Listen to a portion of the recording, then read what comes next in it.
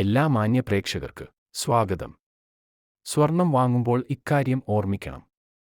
24 carrot 100% സ്വർണം. 22 carrot 91.7% സ്വർണം.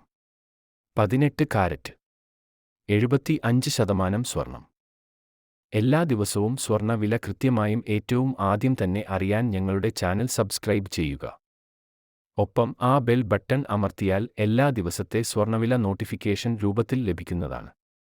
നിങ്ങളുടെ ലൈക്കുകൾക്ക് 1000 നന്ദി രേഖപ്പെടുത്തുന്നു. സ്വർണ്ണവില വീണ്ടും കുത്തനെ കുറഞ്ഞു. 3 ദിവസത്തിനിടെ കുറഞ്ഞത് 2960 രൂപ.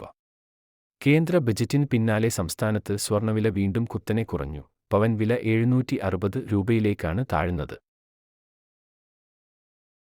സംസ്ഥാനത്തെ ഇന്നത്തെ സ്വർണ്ണവില. കേരളത്തിൽ ഇന്നത്തെ 18 കാരറ്റ് സ്വർണ്ണവില. 1 ഗ്രാമിന് 77 രൂപ കുറഞ്ഞ് 5237 രൂപയായി. പവന് 616 രൂപ കുറഞ്ഞ് 41,896 രൂപയായി. കേരളത്തിൽ ഇന്നത്തെ 22 കാരറ്റ് സ്വർണ്ണവില. 1 ഗ്രാമിന് 98 രൂപ കുറഞ്ഞ് 6400 രൂപയായി. പവന് 760 രൂപ കുറഞ്ഞ് 51,200 രൂപയായി. കേരളത്തിൽ ഇന്നത്തെ 24 കാരറ്റ് സ്വർണ്ണവില. 1 ഗ്രാമിന് 1 രൂപ കുറഞ്ഞ് 7085 രൂപയായി. പവൻ 8 രൂപ കുറഞ്ഞ് 56,680 രൂപയായി.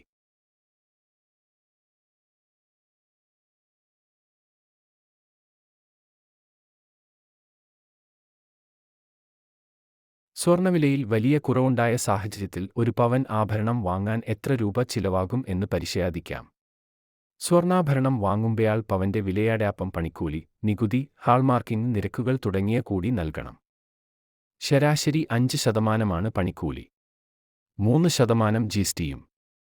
അങ്ങനെ കണക്ക് കൂട്ടുമ്പോഴാൾ ഒരു പവൻ സ്വർണ്ണാഭരണം വാങ്ങാൻ ഏകദേശം 56,000 രൂപ നൽകേണ്ടി വരും.